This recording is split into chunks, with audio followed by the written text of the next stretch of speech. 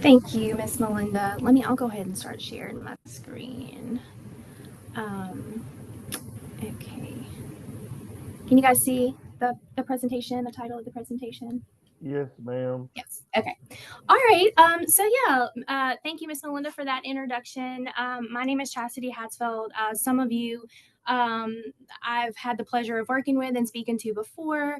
I see some new names in the chat, so certainly excited to get to speak to others that I've not had the opportunity to meet with. I am the Special Education Ombudsman here at the department. I started here, I've been here about 16 months. I started in November of 23. Um, just a little bit about me. I graduated from LSU in 2012. I moved home to Allen Parish and taught for 5 years there. Then I moved on to, we moved to West Baton Rouge, taught a few years there. And then the last 4.5 years prior to starting the department here in November, I worked as an ed diagnostician in a neighboring school district here in the Baton Rouge area. Um, so we'll go on and just jump right into it. Today, I'm just going to talk to you about the different dispute resolution options offered by the department.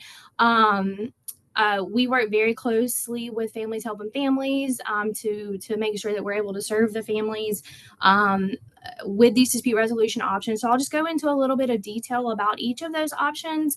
And then there were some legislature session updates this past session in 2024 that we had to adopt into policy for special education. And we do know that session is right around the corner this year for 2025. So we are looking forward to, going back across the street and working with our families and with our representatives and senators to continue to improve the lives of our students and our families with disabilities. So dispute resolution is just the process in which families and districts, LEAs, are able to engage with each other in collaboration and effective problem solving with issues or concerns about their students' educational program. So we'll talk about the different options. Louisiana, there are some federally required options that will get into mediation, formal complaints, and due processes. But then Louisiana, we also offer a few options that are not required under the federal regs, and we'll talk about those informal complaints and IEP facilitations. They can be requested and accessed by the LEA or a parent or an advocacy center at any time. And the services are free, and there's no limit to how many times a parent or a district utilizes these services. And also, I missed this part. So we'll talk about them today in a linear progression. So least adversarial to most adversarial, but you do not have to utilize them in a linear fashion. So in other words, you don't have to file an informal complaint prior to filing a formal complaint. We'll talk about the pros and cons of each, but I just want to make that clear. You don't have to start at that least adversarial option prior to before moving up the food chain. We encourage that, but certainly not a requirement. So our first least adversarial option we'll talk about is informal complaints. Again, this is not federally required. And basically, it's just a 15-day resolution period where the parent and the district can kind of get back to the table and work together to resolve issues, concerns that maybe haven't been addressed at the school level. So this is something that when parents call in to ask questions about their different options, one of my first questions is always, have you talked to the district, to the special education director of the district? And a lot of times the answer is no. So when that answer is no, I kind of talk to the parents about the pros of informal complaints because it's quick. Within 15 days, you're going to know if you have a resolution to the concerns, or if you may need to consider more adversarial options. It is initiated by the parent. There is no formal form or paperwork required for an informal complaint. I will field an informal complaint over the phone or an email.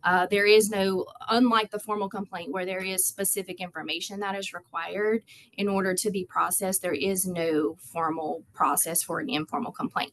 So what happens is when a parent calls in, says they want to file an informal complaint, within 2 days, me will send it to the special ed director of the district, or the early resolution period representative of the district.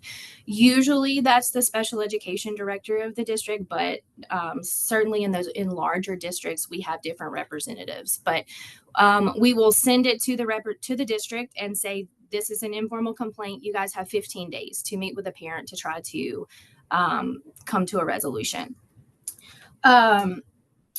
So I guess kind of the pros of that informal complaint, we kind of already talked about. It's quick, and there's no third party involvement from us. We do encourage parents to reach out to the districts themselves to file an informal complaint, but sometimes parents are like, oh no, I would much rather you send it. I feel like, the district will respond to you quicker than responding to me. So we do send them on behalf of parents. But I want to be very transparent and clear that we do not get involved with any investigation in an informal complaint. It is not an investigation. It is really just getting to the table and talking about the concerns. If you guys are able to meet and come to a resolution within those 15 days, you guys let me know and we close out the case. If you guys are not able to come to a resolution, or you don't meet within the 15 days, the district just informs the parents of the other dispute resolution options that are available through the department and lets us know when we close out the case. So we're not involved in any of the resolution, in any of the, we can't make districts participate in resolution in informal complaints. It is a voluntary option. So sometimes the district will say, no, we don't want to participate in an informal complaint, and we'll send a parent a written notice of refusal or prior written notice. And that is within their scope to do that. But we do find that informal complaints are successful because a lot of the times, certainly in those larger districts, the district is unaware that the parent is having concerns with the school. So a lot of times the informal complaint is resolved within the first couple of days. The special ed director will say, I didn't know anything about, this issue. So we do see that they're successful in that scope. So we just kind of talked about that. We don't monitor resolution agreements. And a resolution meeting can take the form of a prior written notice. Something that's new from session is that resolution agreements, this has soon to be enforceable in court. They are now enforceable in court, and possibly our formal complaint process, assuming that agreement encompasses FAPE. And we'll get into that in a little bit, but the example I always give is if you guys come to an agreement and the district's going to do all of these things and also give you a parking spot at the front of the school for your kids' basketball game, every basketball game, that would be something that you could enforce in court if they don't do that. However, that's not something that we could enforce in a formal complaint because that is not FAPE. The look back period is going to be 2 years. That's also a policy update, and we'll talk about that with formal complaints and due processes as well. So just to kind of sum up informal complaints, this is our preferred method. We find that, we, of course, have to get involved sometimes. And this is not to discourage anyone from filing a formal complaint or a due process, but the best people at the table, the best method to getting the concerns resolved are at that district level. So these are just some of the common concepts in informal complaints: IEP concerns, IEP not being implemented, the failure to eval or respond to parent requests for eval, some SBLC, RTI concerns. Maybe the district is not moving forward with an evaluation due to lack of RTI information or data. Student records request, didn't receive a copy of the eval or the IEP timely. Student transferring into a district and they weren't able to have an IEP written before the first day of school. Just all of these are very simple fixes. And so we try to, push the parents, say, okay, well, this is an easy fix. You don't need us from the 5th floor of the Claiborne building in Baton Rouge to be able to fix this for you. So let's put you in contact with that special education director and get this resolved quickly. And we kind of already talked about this. It's cooperative problem solving. That is the main idea of informal complaints. So we have any questions about informal complaints, or I'll move on to IEP facilitation. And you guys can just stop me, raise your hand, or put something in the chat box and I'll stop and answer questions. Otherwise, I'm just gonna roll on through this. IEP facilitation is another optional option here that is not federally required. So I see a lot of names familiar that has participated in IEP facilitation. So this is where we send out a contracted facilitator to help with that collaboration at the IEP meeting. So a lot of districts have their own IEP facilitators that kind of stand as like compliance for the IEP. But this is not that. The district's certainly welcome to have their IEP facilitator at the meeting, but this is someone from the department, a contracted employee that comes to the IEP and helps consensus is the goal, helps get to consensus. Typically, they're requested for a history of contentious IEP meetings. And like I said, the goal is a consensus, reasonably calculated IEP, not necessarily the district trying to stronghold the parent or the opposite. They are voluntary, so the district or a parent can choose to decline participation. But we very rarely see a district or a parent decline participation. So this can be filed by parent, district, and advocate. Again, we kind of talked about this. They're contractors. They're not, so they're former SPED directors, SPED teachers, related services providers, pupil appraisal staff. We have a roster of facilitators that travel the states. They do not act as the ODR, so they're not there to make decisions at the IEP. They will provide recommendations if asked. Again, they travel the state. So what East Baton Rouge is doing programmatically may look different from what Allen Parish is doing, and that's fine. But they're there to, just kind of say, okay, well, I've seen this situation before, and this is what the school was doing. What are y'all's reservations with that? So they're there to provide feedback and foster that positive communication and collaboration.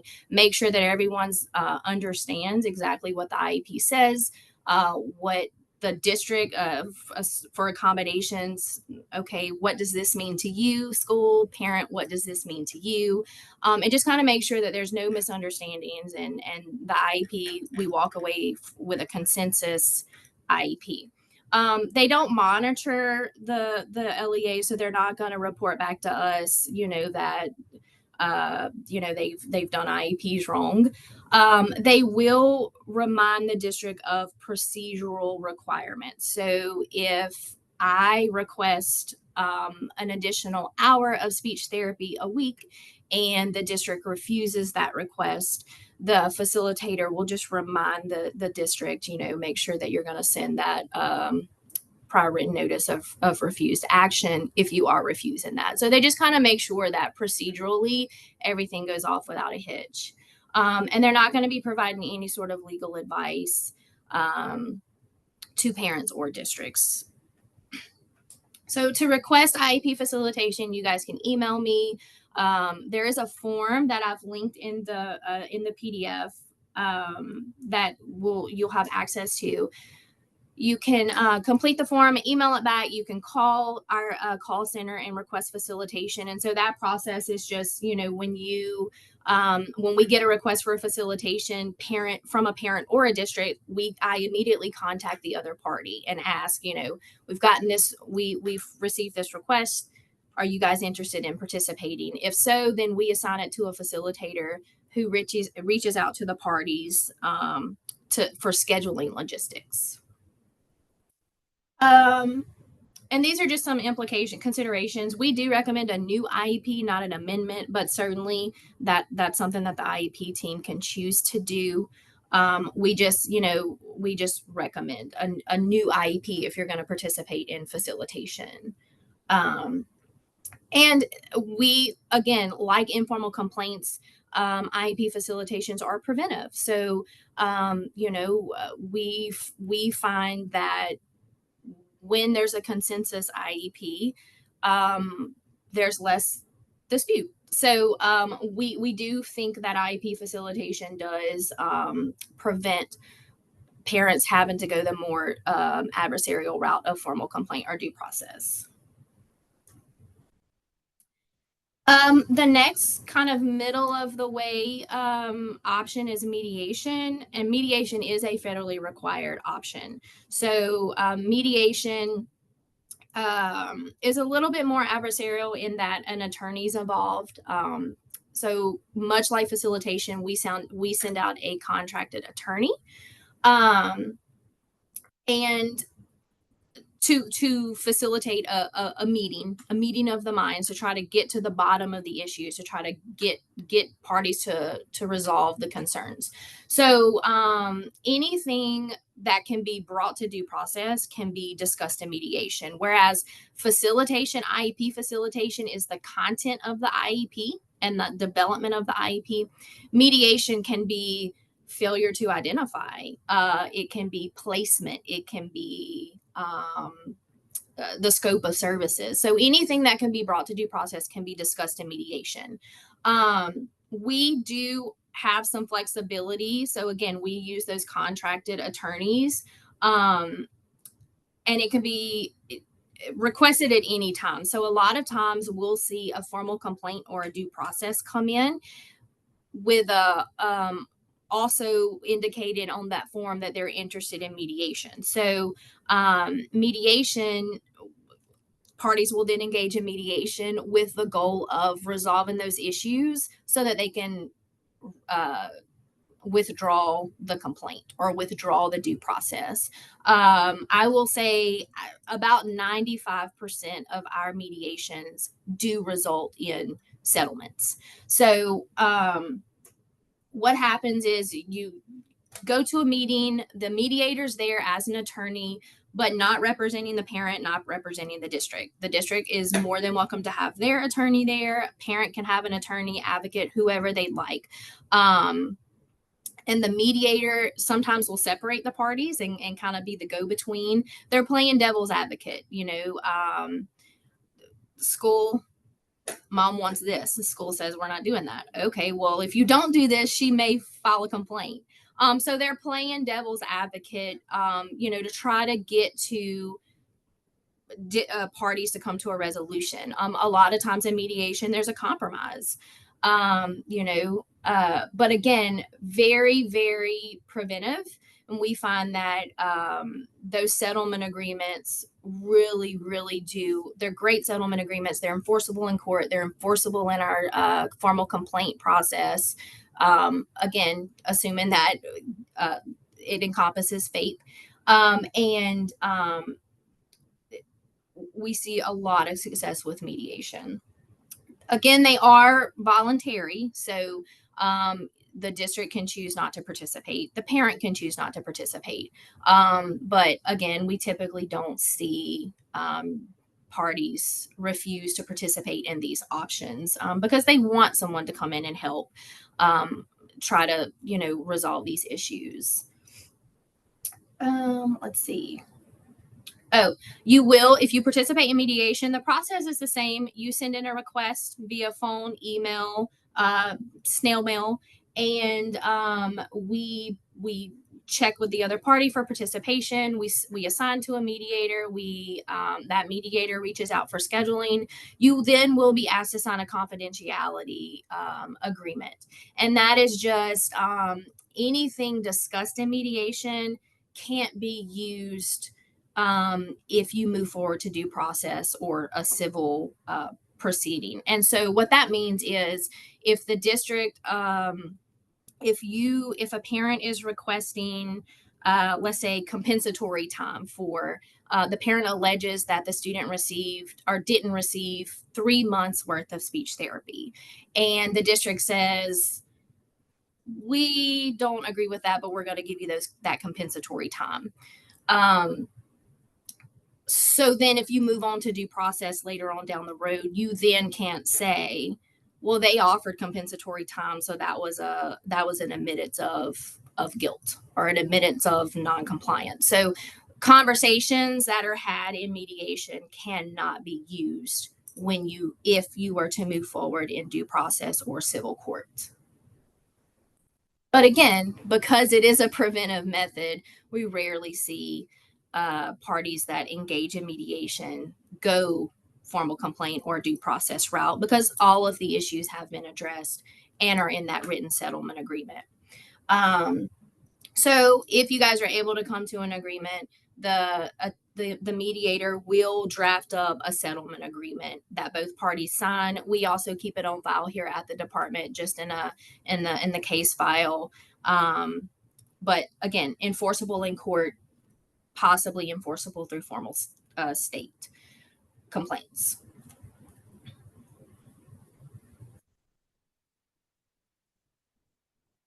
Okay. Formal state complaints are also required under the IDEA.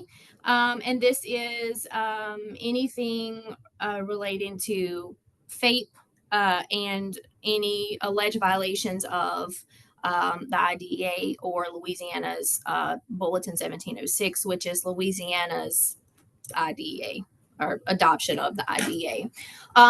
It can be initiated by anyone, so it does not have to be the parent. It can be an advocate filing on behalf of a student. It can be an attorney filing on behalf of a student. It can be some other agency, advocacy agency, filing on behalf of a student or a group of students. So it can be student specific or systemic, which means the district as a whole is failing to systemically address students' needs, or all students are missing out on speech therapy. So it can be student specific or systemic, and which will has an impact on the corrective action, which we'll get into in a minute. So this one is not voluntary. So the pro of formal complaint is the district does not have a choice. They do have to respond to the allegations that were presented in a formal complaint, whereas mediation, facilitation, informal complaint, they do not have to participate. However, the con of a formal complaint is that it's 60 days. So the first 15 days of that formal complaint is the resolution period. It's an informal complaint built into a formal complaint. So the first 15 days after you file that complaint, we're sending you back to the district to try to work things out at the district. If you guys are able to come to resolution and y'all you dismiss the complaint. If you don't come to resolution, that investigation starts. So the investigation process is you submit additional documentation if you submit documentation or additional documentation if you haven't already submitted it with the complaint. The district's going to get a chance to respond to the allegations with a written narrative and their own documentation. And then parties will get a third time to come back and submit any additional data before that complaint investigator looks into and starts investigating those allegations. Let's see. Oh, I did in one of the things that can be done in ERP, early resolution period, is an extension of that period. So sometimes when we send that complaint out, the district and the parent meet and they have a very productive meeting, but they're not able to address all the concerns in that one meeting. However, they only have 15 calendar days, not business days, to meet. So sometimes they'll jointly agree to extend that period to allow more time to try to resolve the issues. When that happens, your complaint timeline is also adjusted. So if you and the district decide that you need 15 additional days, then we're tacking that 15 days onto that 60-day period. So that's kind of one of the cons is it could take a while. If you've met with districts and y'all have extended the resolution period and then you're still not able to resolve the complaint, you could be looking at 45 days. You could be looking at 60 days. You could be looking at an additional 80 days. It just depends on how long you guys agree to extend that period. But typically we see when those periods are being extended, it is for good cause. And those complaints are the ones that are end up being dismissed anyways, because parties were able to come to a resolution. So the pro is just, certainly when parents call in about, the district did not timely evaluate my student. I asked the district to evaluate, the district refused. 6 months later, I asked again, the district refused. A year later, I asked again, the district still refused. So I'm filing the complaint. Well, if the complaint investigator, if they determine here that the district really probably should have evaluated, they're going to order that district to do the evaluation and then provide some compensatory time. But the only issue with that is you've already waited the 60 days to get your decision. That evaluation is going to take 60 days. So I try to, talk to parents like, okay, is this something that we can resolve through conversation at the district level? Because that is really going to be your quickest resolution. If you have to wait for someone, if you file a complaint, you're going to be waiting the 60 days for someone here to determine whether or not the district did violate the IDEA. And then you may be waiting longer for that for corrective action. So again, certainly there are situations where you absolutely have to file a formal complaint. But any time that you can take advantage of speaking with the district, even if it involves third party involvement, you should absolutely do that. We kind of already talked about that. The investigation is actually just a document submission period by the parent and the district. Sometimes they'll conduct interviews once they get into that document submission period if they're looking at an evaluation and something's not clear. Or a lot of times parents will submit emails, and when you're submitting a lot of emails, it's just kind of unclear what this email thread belongs to. So sometimes they'll conduct interviews if the evidence that they're looking at to determine if there was a violation is not clear. Then they're going to issue a decision letter. So 60 days after you file that complaint, they're going to issue a decision letter, and it's going to tell you whether or not there was a violation or not. What the evidence showed, what the relevant regulations, what the law says, what the district did. So they're going to say, it's going to tell you if there was a violation or no violation. If there was a violation, there would be some sort of corrective action. So if a student missed 3 months of speech therapy and that was substantiated, then the district will be required to provide compensatory time to that student. If the district did not evaluate the student and it was determined that the district probably should have evaluated the student, that district's going to be ordered to evaluate the student. And so that corrective action plan is also going to be determined it based on what the nature of the allegation was. So if it was a student specific complaint allegation, then and there was a violation, the goal is to make the student right, make the student whole. If it was a systemic complaint, then it could be to make a group of students whole. But also more than likely, it's going to be some sort of training requirements, maybe review and revise policies if necessary. So it's really just depending on what the nature of the allegation is what that corrective action plan is going to be. Sometimes there is no corrective action. So sometimes we've had a few recently, and I can say this because now our complaints are about to start being posted. Our complaint decisions are going to be redacted and posted on the website. So I'm not telling you anything that you're not going to be able to go look into yourself. But recently we had a student who was attending school outside of his neighborhood school. And for some reason, he was moved to a different school that led him not being able to attend school. So he missed several days of school, several days of special education instruction. So the complaint was filed. The district did not try to even fight it. They were like, "Yeah, there was a miscommunication between our office and child welfare and attendance.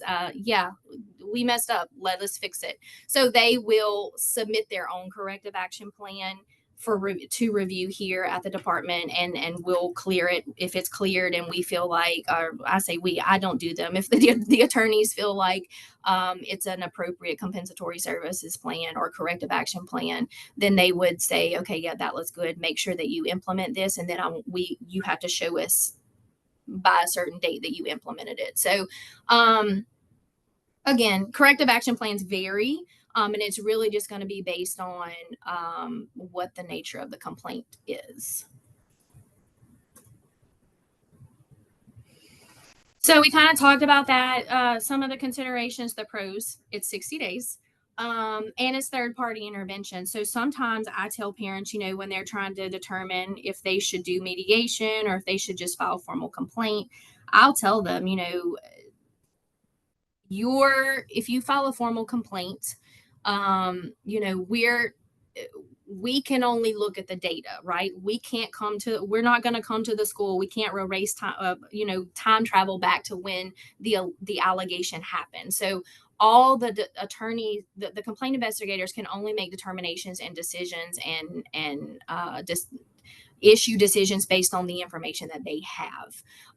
Mediation is very flexible, and anything that you guys agree to can go into a resolution to a settlement agreement. So sometimes I'll tell parents, well, based on what you're telling me, again, I'm not looking at the data and I wasn't there, but based on what you're telling me, the district may be fine.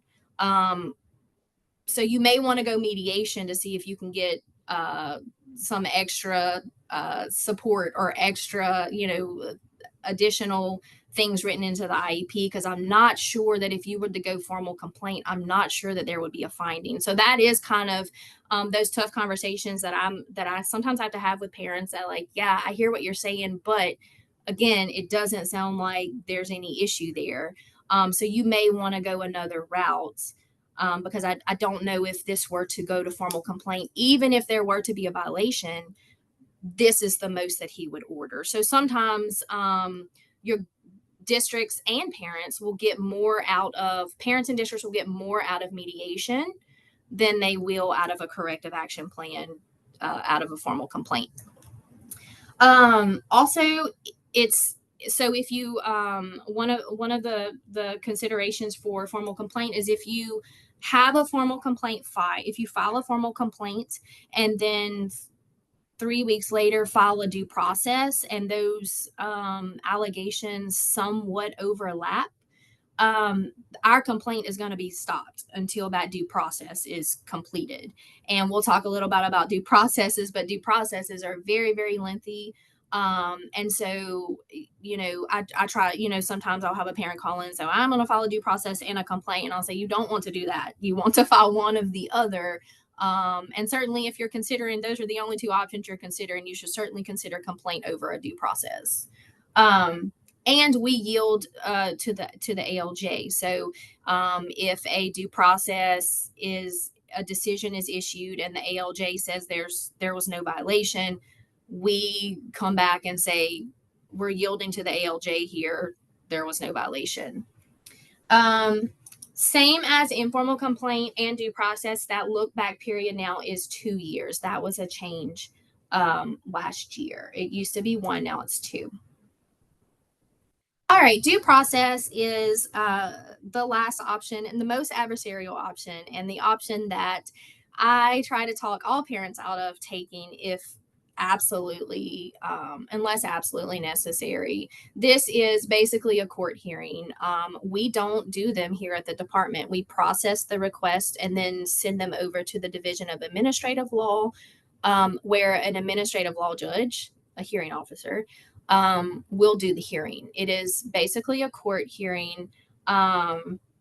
It's very lengthy, can be very expensive. Relationships are tarnished. It's just not good. It's not good. You certainly, sometimes there's no way around it. But if you can try to resolve another way, you should resolve another way. This is required by the IDA, and the difference between a complaint here is anyone can file. It can only be requested by the parent. So a formal complaint, a Families Helping Families Center can file a complaint on behalf of a group of students or a student. A due process has to come from the parent or the attorney of the student.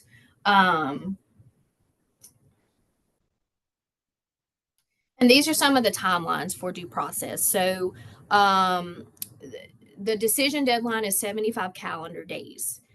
However, that very, very rarely happens just because they're, parties engage in resolution for a very long period.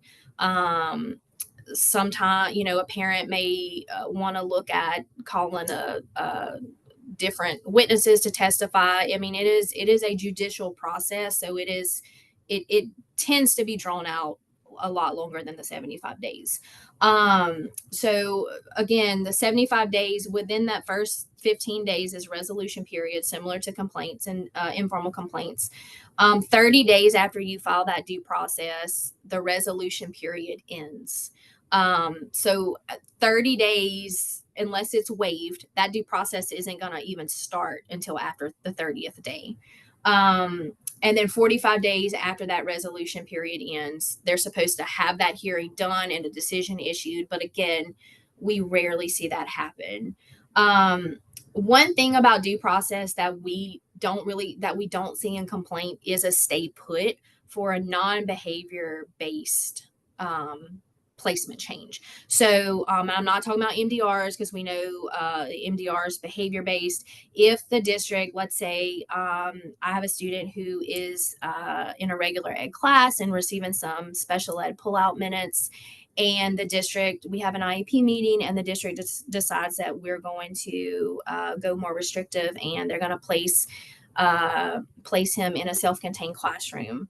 You can file a due process and ask for stay put, and the district then the student has to stay in his current placement until after the due process. But that only is for non-behavior based changes. So if my student goes up for expulsion and the MDR, it was found to not be a manifestation, and he's placed at the alternative school, I can file a due process to challenge the results of the MDR, but I can't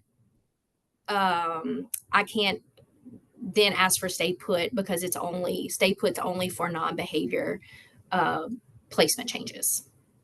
And that's kind of confusing. So if anyone has any questions about that, I will say I spend probably half of my days talking about behavior and MDRs and placement. So that's certainly a question that I would be ready to answer. So there's two different types of due processes. One is just a regular, failure to evaluate anything that falls under FAPE. But then we also have an expedited due process, and that would be for that appeal of an MDR. So within 7 days, the resolution meeting has to be scheduled.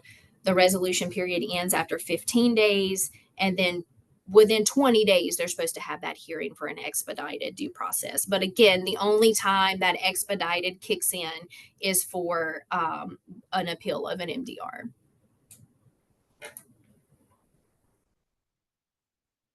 We kind of talked about that. It's just not a good, it's a required process, but it's just not a productive process, and it's just not good for students.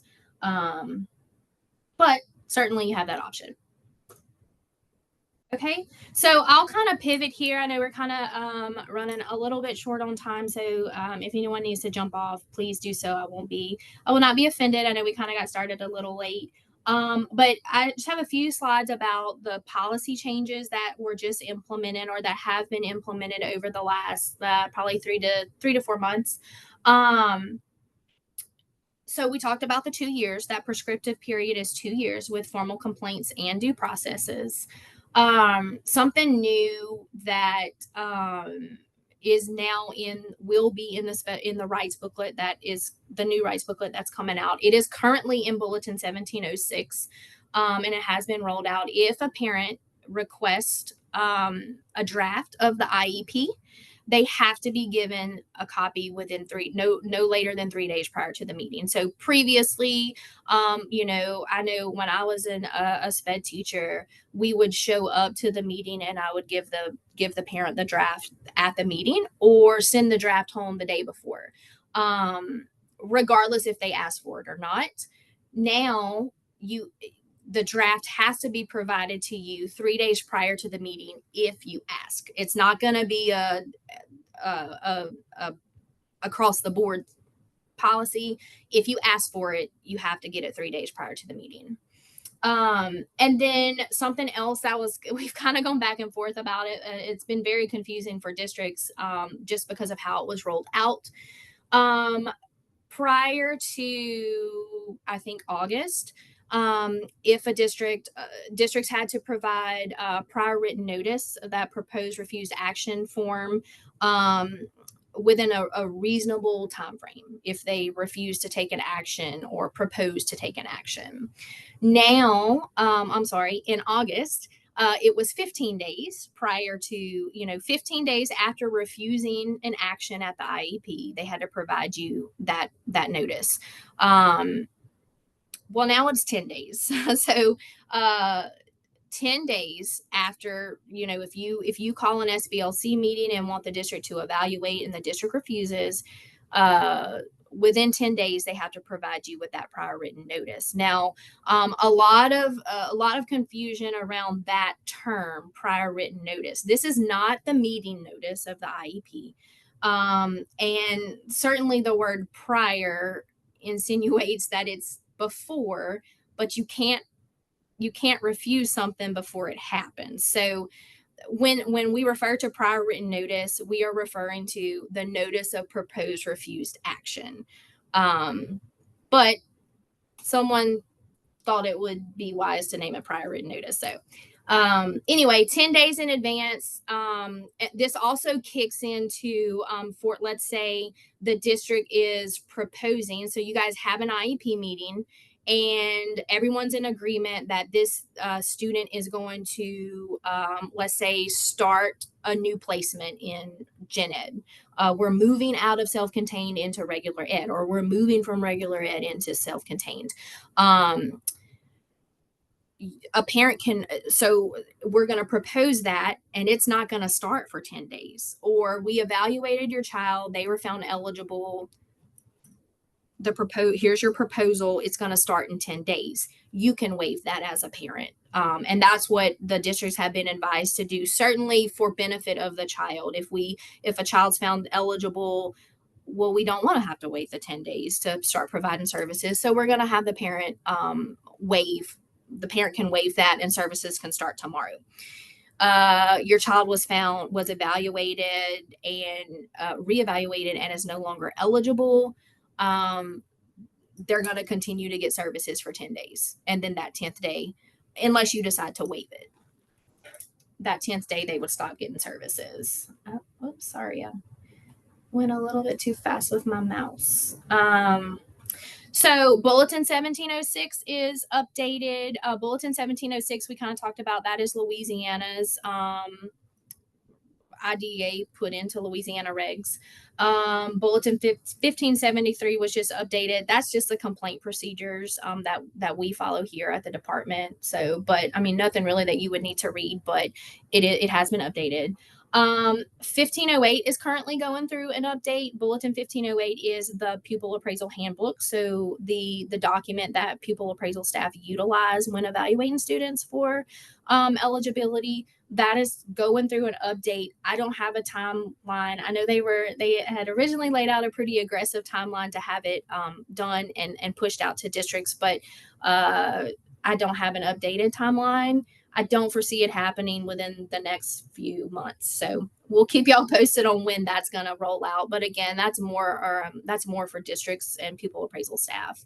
The procedural safeguards rights booklet will be released soon. So we basically we didn't make really a lot of changes. We are going to do a major overhaul on that rights booklet. That is on my summer to-do list because I feel like it's just way too much information. I feel like we need what's required in these procedural safeguards, and then let's come out with like another informational like guidebook resource for parents, because putting it all together is just as a special education profession, it's very confusing to read. So anyway, we're going to try to do better with that. But for now, what we did is we just we took the policy updates, the dates, the 2-year look back period, the IEP draft language, and we just put that in the rights booklet. That is going through our chain of approval right now. So within the next few weeks, that will be rolled out to districts to begin utilizing. And you won't get the old yellow booklet. I don't know if your districts use the yellow booklet, but certainly the districts I were in, they were yellow. You'll get a new one of those beginning probably by mid-March. Certainly by the end of the month, that will be rolled out. That link on the bottom, the Bessie rulemaking docket, that's just a quick little resource for you to click on anytime that there's policy updates or proposals. You can click on that and follow where they're at in that process. So when a policy is proposed, it goes on to notice of intent for however long, I think 90 days. And again, it's just a very cool little way for you to keep up with, okay, this policy will fall off of notice of intent and then be effective. Certainly, definitely with would you drop that link into the chat? Yes. Yeah, I can do that.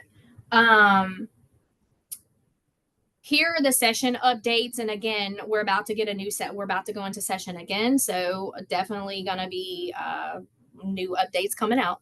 But last year, Act 198 required SPED training for school board members. ERP resolution agreements are enforceable in court. They previously were not. That period's 2 years for due process. It also added a dispute resolution process for Louisiana Revised Statute 17173. That is just the statute that requires districts to allow students outside behavioral health provider come in the school. That's not directly related to IDEA at all. But we will be handling those complaints through our dispute resolution office. And also it requires that camera installation, if the request is made and the district approves it, they have to have that camera installed within 90 days. Previously, it was just timely. Now it's 90 days. Act 512, that proposed refuse action sent 10 days to the IEP. And then the parent can request the meeting be rescheduled if not properly noticed. So again, there is no language around how soon a district has to inform the parent of an IEP meeting. It just still says reasonable. However, I know that a lot of attorneys are advising districts, 10 is a reasonable number. Let's just, let the parent know within 10 days. But if, if the parent is not, if that meeting is not properly noticed, the parent can request it be rescheduled. And then Act 686 is age of majority. So it requires the districts to provide certain information about age of majority. And it'll go into detail about all of that in that is Act 512 a PW and NPRA. NPRA, Dr. Lejeune. Act 686 is tutorship. So, different ways that a student can participate or can still, the parent can participate in the student's education once they hit age of majority.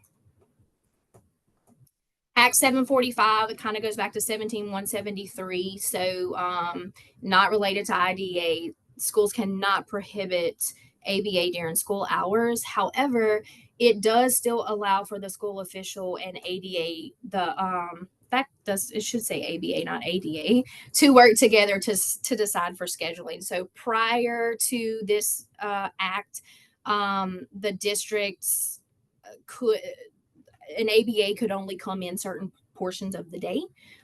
This prohibits that. However, it does still have language in there that allow for the school. It can interfere with students' testing. It can interfere with the overall operations of the school day. So they still do have to collaborate on when they can come in. And then, like we've already talked about, it does add that dispute resolution process that will be processed through our dispute resolution office. And then Act 517 is also not directly related to the IDA because currently dyslexia is not an area of eligibility under the IDEA.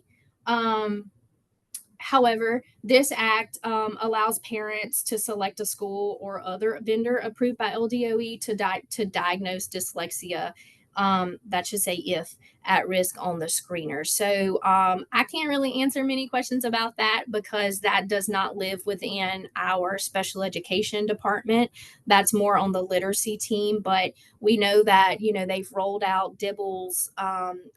All kindergarten students have to have a dyslexia screener. So this just says if a student comes back at risk on a dyslexia screener, the parent can choose can select a school or another vendor to actually diagnose dyslexia. So again, doesn't live in my department, so I don't really have all the answers about that. This is just some helpful links. Bulletin 1706, that should be the updated version. I'll go back and check it though, Miss Melinda, and make sure that it's the updated because it was just updated again in January of 25. So I'll go back and make sure that's the correct one, and then I'll just send you the final presentation with all the working links. And then I those sections in Bulletin 1706 are the specific sections that you can pull for our dispute resolution options. And then that link, dispute resolution, brings you to our page with all the forms and processes. I see you, Dr. Lejeune. I'm going to answer your question just a second. And then the cadre, that's just the Center for Appropriate Dispute Resolution and Special Education. That's also a good link. It just talks about alternate dispute resolution processes, something that we are always dialed into here. Dr. Lejeune, is Act 512 PWN or MPRA. It's MPRA. That notice of proposed refused action has to be sent 10 days prior to the to a proposal or a refusal.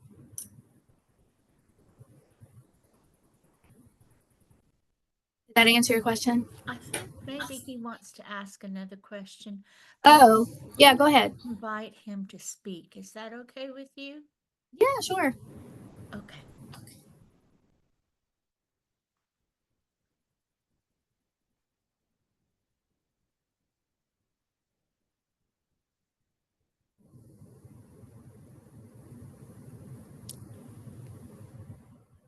Good morning. Hello. So I just need a little bit of clarity because Okay. using, am I speaking too quickly or am I okay? No, no, you're fine. So this just kind of caught me off guard because we're talking about for an annual IEP, we have to send the proposed refused action notice and not a prior written notice, or No, a prior written notice and a proposed refused action notice for an annual IEP, or is this for if there are going to be significant changes to placement, not just all creating new goals? So again, I'm just wanting to clarify because that had never stood out to me as meaning a proposed refused action notice. correct. The language in the act says changes to the IEP. However, proposed prior written notice, we know that it's significant changes. So it's prior written notice, this proposed refused action 10 days after the IEP when there were significant changes that you proposed at the IEP, or 10 days within 10 days of a refusal of a request from a parent. Okay. I think Because and we've told districts too, because I mean, coming from the field, I was very confused. I was like, but you can't send, if you send it prior to, that's skirting up against predetermination. correct. So no, it is, of course you're at the IEP meeting, you're going to propose those significant changes. That proposal needs to be sent out within 10 days after you propose those changes, or that denial needs to be sent out within 10 days that you're denying that request. Okay. So again, I'm just wanting to prove my understanding. So we would send a prior written notice Yes. for an annual IEP, but we would also have this proposed refused action notice if we're going to be reducing or significantly changing the services. And then after every IEP, we are going to send a proposed refused action. Yeah, I mean, we've kind of talked about here like lumping it all in one. So like again, if let's say you evaluated or the IEP team, the student has hit all their goals and we're reducing minutes. But if you're sending that home prior to the meeting, you're predetermining that you're going to reduce those minutes. So we have said send it all on one form after the IEP meeting. Because you don't know what you're proposing until you get to the IEP meeting. Okay. I am totally understanding now. I got it. And we are absolutely doing it correctly. I totally misunderstood and misread that. Please, everyone, It's the excuse my ignorance. it's the prior written notice. Yes. It's the word prior that throws everyone off. And I don't know, I mean, that's a federal thing, so I'm not sure who thought it was a great idea to say prior when it's not prior. Yes. But yeah, it's the prior written notice. So we have made it, tried to be very intentional when talking to parents about prior written notice. You mean the notice of proposed refused action, Yes. because that is So, what that prior written notice and is. Yeah. and we actually have a great understanding of it. We are in compliance. We are doing that. It just reading it threw me off. And again, I apologize to everyone for continuing to ask this question. Thanks so much. No, you're fine. I get it. No worries. It was a good question. And thank you for asking so it could clarify for the group. Does anyone have any other questions? Sorry, I went over about 10 minutes. But let me see. Did I put my contact information here? Let's see. I think I did. It's on the back of, yeah. So this is how you can get to me. You can call this 1-877-453-2721 and press option 2. That rolls directly to my office number. If you have specific questions or concerns, or you just want to talk about your specific situation, and help me, want me to kind of talk you through different options. Of course, I can't tell you what to do or give you any sort of legal advice, but I can kind of give you, if this, then that scenarios. And then you can also email us at disputeresolution.doe@la.gov. That's our email address. And then if you go, the department, we just rolled out a new website. So if you just search in the search bar dispute resolution, that also brings you to our dispute resolution page, which I think I actually had it linked somewhere up here, but yeah, I have it linked in the PowerPoint. Somebody is telling you thank you. I added to my notes from the Educational Diagnostician Conference. Yes. Hey, Nicole, no problem. You're welcome. Happy to help. Yeah. Well, if anybody else has any questions, y'all chat us up or y'all raise your hand. I can let you talk out like we did a minute ago. The evaluation link is in the chat. We get brownie points if you do the evaluation, and in reality, you get more free webinars like this if we can continue to do our evaluations, or if we get our evaluations. And this has been fantastic. We really had a good response to this webinar, and this has been great. And people are thanking you in the chat again. Something that too that we've kind of told some of the other centers, if we're more than happy to do just generic presentations, but if you guys are seeing something specific in your center or in your area that you'd like us to come in and talk about, we're happy to do that too. So just, any time that you need, this is our role to support you guys so that you can support families. So we're happy to jump on and do any sort of trainings or Q&As, and can tailor it to your specific needs. Well, great. Thank y'all much. And we will see you again on our next webinar. Check our website because we have a list of them, and we put them on our Facebook page too. We have webinars all month long. So thank you again, Chasity. I appreciate Oh, no problem. No problem. And I'm going to go through and make sure all the links are working and they're taking the links to the correct pages. And then I'll send you the final copy so that you can distribute to the participants. Great. Thank you much. Bye. Okay. No problem. Y'all have a good one. Happy Mardi Gras.